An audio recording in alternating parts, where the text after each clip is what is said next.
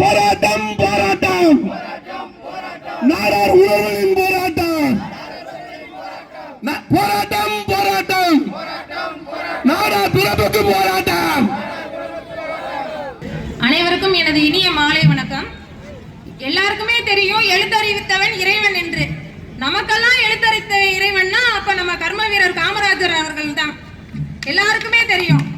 ஏன்னா ஐயா வந்ததுக்கு அப்புறம் எல்லா ஊர்களுக்குமே தொடக்க பள்ளியை கொண்டு வந்தாரு. கிட்டத்தட்ட 6000 தொடக்க பள்ளிகள் தமிழ்நாட்டுல. எங்கள் தாத்தா வந்து எத்தனை அணைகள் கட்டினார்னு தெரியுமா? ஒரு அணையில ஒரு கிராக் கண்டுபிடிச்சிருக்கீங்களா இது வரைக்கும்? கிட்டத்தட்ட எத்தனை அணைகள் கட்டி ஒவ்வொரு ஊர்லயும் போய் பாருங்க. காமராஜர் ஐயாவை பத்தி பேசுவாங்க. சமுதாயத்துக்கு செஞ்சாரு, சமுதாயத்துக்கு என்னங்க செஞ்சாரு? சமுதாயத்துக்கு செஞ்சிருந்தா அவர் விருதுநகர் தொகுதியில தோக்கணும்ன்ற அவசியமே இருந்திருக்காது. அவர் என்ன செஞ்சிருக்காரு? இல்ல பேசுறீங்களே, சமுதாயத்துக்கு செஞ்சாரு. ஜாதி யார் ஜாதி முட்டாள் பையன் முக்தாரை கைது செய், கைது செய், கைது செய், செய் தடை செய். மை இந்தியா யூடியூப் சேனலை தடை செய். போராட்டம் போராட்டம் இது நாடார்களின் போராட்டம். தூண்டாதே தூண்டாதே. தராசு பிடிச்ச கையில போர்க்களம் கண்ட களம் என்ற இனம். இந்த இனத்தை சீண்டி பார்க்காது. என்னைக்கு தவறான போக மாட்டோம். அந்த குடும்பத்துல நாங்க பிறக்கல, அந்த வம்சத்துல நாங்க பிறக்கல. நேர்மையா இருப்போம், சட்டத்தை மதிக்கிறோம். பள்ளிக்கூடம் 1895 பெருந்தலைவரே பிறக்காத காலத்துல இங்க பள்ளிக்கூடம் வந்துருச்சு. நீ மடைய மாதிரி பேசி தர. அவர் தான் வந்து பள்ளிக்கூடத்தை உருவாக்குனாரு, நாடாருக்கு உருவாக்குனாரு. எட்டயாபுரத்துல 1890 மாரிப்படார் பள்ளிக்கூடம் கட்டிட்டார். இந்த சமுதாயத்தில் பிறந்த எல்லாருமே கல்விக்கு முக்கியத்துவம் கொடுத்து வளர்ந்தவங்க. அதான் காரணம், வேற ஒன்றும் இல்ல.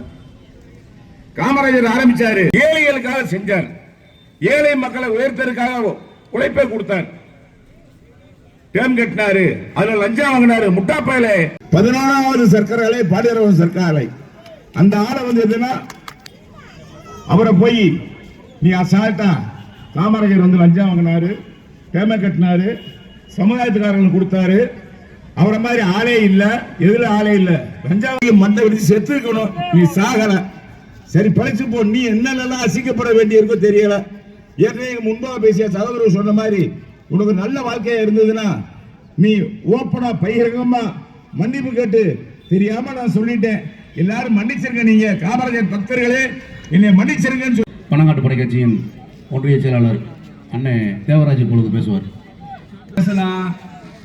ஆனா ஐயா இலவச உணவு கொடுத்துருக்காரு, எல்லாம் இருக்கு. வம்சாவரத்தில் எல்லாம் இலவச உணவு எல்லாம் சாப்பிட்றாங்க. வேறு ஒரு சமூகத்தை பற்றியோ பேசிட்டு இவ்வளவு தைரியமா இருக்க முடியுமா அப்படின்னா அது கேள்விக்குறி. ஏன் நம்ம சமுதாயத்தை பற்றி பேசிட்டு அவன் தைரியமா இருக்கான்னா நம்மளை காமராஜர் முட்டாளா வைக்கல, படிப்புக்கு கொடுத்த அந்த கல்வியினாலதான் இன்னைக்கு அவனை நம்ம பேச வேடிக்கை பார்த்துட்டு இருக்கோம். இல்லைன்னா நம்ம பணைய சீவுற மாதிரி அவன் தலையை என்னைக்கே சீவிட்டு போயிருப்போம். ஐயா நம்மளை அந்த நோக்கத்தில் நம்மளை வளர்க்கல. நம்ம சமுதாயத்தை, நம்ம சமுதாயம் அதற்கு முன்னாவே கல்வியை நம்ம சமுதாயத்தை பெரியவர்கள்லாம் நமக்கு கொடுத்துருக்காங்க. நாம் அனைவருக்கு இதற்காக கூடியிருக்கிறோம். நமது சமுதாயத்தை வளர்த்த ஒரு பெருந்தலைவர், நம்ம தமிழ்நாட்டை வளர்த்த ஒரு பெருந்தலைவர், தேசத்தலைவர் தலைவராக தேர்ந்தெடுக்கப்பட்டு அது பொறுப்பேற்ற தலைவர், மாபெரும் தியாகி, மக்கள் சேவகன்,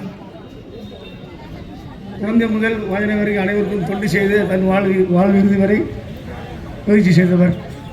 இன்னைக்கு இந்த நிலைமையில வாய் வாடையெல்லாம் வச்சு பேசுவானா? வாடகைக்கு வாய் எடுத்து பேசுவானா சொல்லுங்க? நம்ம அன்னைக்கு விட்டுட்டோம். இதே தொகுதியில ஐயா தோக்கடிக்க வச்ச காலமும் உண்டு இல்ல. நாடார் சமுதாயம் இப்பவும் சொல்றேன், புதுசா வர்ற நம்பி அவனையும் போகாத. நாடார் சமுதாயத்துக்கான ஒட்டுமொத்த அரசியல் சக்தியும் நம் நாடார் சமுதாய தலைவரால் மட்டும்தான் கொடுக்க முடியும். இந்த பொய்யா வழக்கு போடுறது எங்க அண்ணன் ராஜராஜா மேல, ஹரியண்ணா மேல நிறைய பேர் மேல வழக்கு போடுற. இன்னும் நீ பொய்யா நீ வழக்கு போட்டு பாரு. மொத்த வழக்கெடுக்கு தமிழ்நாட்டில் 1000 பேரை திரட்டுவேன் நான். சும்மா இந்த அசட்டை பண்றது. நீங்க அந்த மாவட்டத்துக்குள்ள வரக்கூடாது, நீ இங்கிட்டு போகக்கூடாது. இந்த போலியான ஏவல் துறையை வச்சுக்கிட்டு நீங்க வந்து அடக்குமுறையை கையாளுறீங்க. இந்த ஆட்சி வந்து நிரந்தரமானது கிடையாது. மக்களின் மனநிலை மாறும், மக்கள் நிலையை மாற்றக்கூடிய இடத்துல நாங்க இருக்கிறோம். கண்டிப்பா அதை துணிச்சு செய்வோங்கிற இந்த இடத்துல சொல்லிக்கிறேன். அதே மாதிரி முட்டா பையன் முத்தார வந்து பேசுறதுக்கு தான் வந்திருக்கேன். திருத்துறையில் ஏறி வந்தவங்களுக்கும் எங்க ஐயா தியாகிக்கும் என்னடா சம்பந்தம் இருக்கு? உனக்கெல்லாம் அவர் பெருந்தலைவரை பேசுறதுக்கு உனக்கு என்னெல்லாம் தகுதி இருக்கு? எங்க ஐயா ஃபுல்லா நாடு ஃபுல்லா என்ன செஞ்சாரு? அணையை கட்டிட்டு இருந்தாரு. இவன் என்ன செஞ்சுட்டு இருந்தான்? ஊருக்கு ஒரு துணையை கட்டிட்டு இருக்கான். அவனை நீ அவனை தலைவனா வச்சிருக்க. உனக்கே இவ்வளவு இருக்குன்னா இந்த நாட்டுக்காக உழைச்சு 10 பைசா கூட இல்லாம இருந்த எங்க ஐயா கூட வழியில வந்த எங்களுக்கு எவ்வளவு இருக்கும்? அக்கா, நீங்க தாய்மார்களே, நீங்க எல்லாம் எல்லாருமே ரெடியா இருங்க. கட்ட விளக்கமாறு வீட்டுல பெருக்கிற விளக்கமாறு வைங்க. அவனை வந்து வீட்டுல வாய்க்கால பண்ற விளக்கமாறு ரெடியா வைங்க. அவனை நான் கூட்டிட்டு வருவேன். நீங்க எல்லாருமே என்ன செஞ்சு அந்த விளக்கமாற கொண்டே அடிக்கிறீங்க. உங்க எல்லாருக்குமே நான் சொல்றேன், பாத்துக்கோங்க. கண்டிப்பா அந்த நாய் ஒரு நாள் வரும், உங்க கூட்டு வருவேன் முன்னாடி. அன்னைக்கு அந்த நாயை வந்து நம்ம விளக்கமாற மொட்டா பையில, அதாவது உங்க பின்னாடி யாரு இருக்காங்கிறது எங்களுக்கு தெரியும்டா.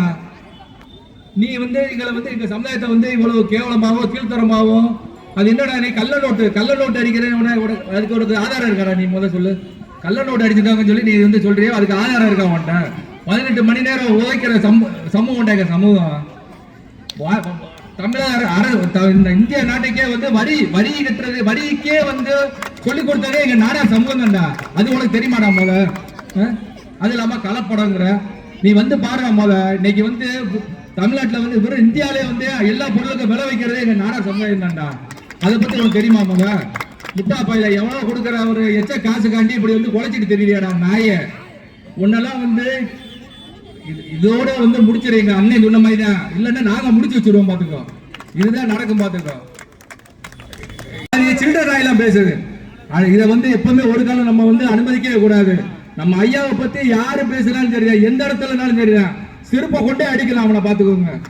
அவனை முக்தார் வந்து இன்னைக்கோட இதோட நிறுத்திக்கணும். அடுத்த எபிசோடு பேசுறியா? டேய், இங்க இருக்கிற ஃபுல்லாமே ஒரிஜினல் நாடாடுறா. நீ என்ன 500 ரூபாய்க்கு 500 ரூபாய் கொடுத்து நாடார கூட்டம். விருதுநகர் மாவட்டத்தில் வந்து இந்த நிர்வாகிகள் ஏற்பாடு செய்த கண்டன ஆர்ப்பாட்டத்துக்கு வர்றது உண்மையிலே வந்து வருத்தம் தான். ஏன்னா நம்ம பெருந்தலைவரை பத்தி பேசியிருக்கிறது ஒன்றும் ட்ரம்ப்போ இல்லை புதினோ இல்லை, ஒரு எச்சிக்கல நாய். ஏன்னா நம்மளை பத்தி பேசுறதுக்கெல்லாம் இவனுக்கு தகுதியும் கிடையாது, தராதரமும் கிடையாது. அதனால நம்ம இதை பத்திலாம் வந்து நினைக்கிற இடத்துல இல்லை. ஏன்னா இவன் ஒன்றும் அவ்வளோ பெரிய ஆளும் கிடையாது. அதே மாதிரி இன்னொரு விஷயம், இதை வந்து ஒரு பெரிய பிரச்சனையா எடுத்து போயிட்டு இருக்க வேண்டிய அவசியமும் இல்லை. ஏன்னா விட்டா வெளியே வருவான், வந்தா என்ன நடக்குன்னு சொல்லி எல்லாத்துக்கும் இல்ல. அவனை போடுற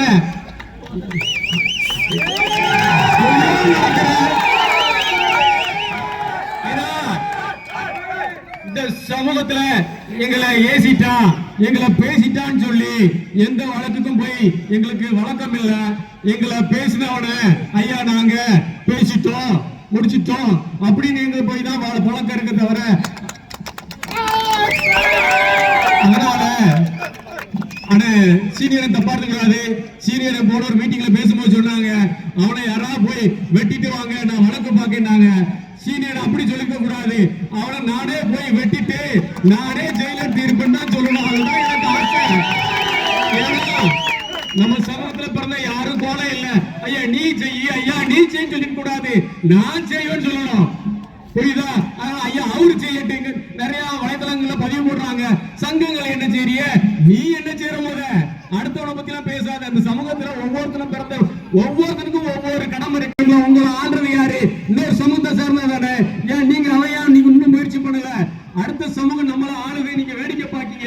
எலெக்ஷன்ல எவன் 500 ரூபாய் தந்தாலும் அவனுக்கு ஓட்டு போடுற இடத்துல மக்கள் இருக்காங்க. என்னைக்கு நம்ம ஓட்டு நம்ம யாருக்கு போடணும் நம்ம முடிவு பண்ணணும், இன்னொருத்தர் முடிவு பண்ணக்கூடாது. நம்ம ஆட்கள் எலெக்ஷன் வந்துட்டா யாரு பின்னாடியா போயிடுறாங்க.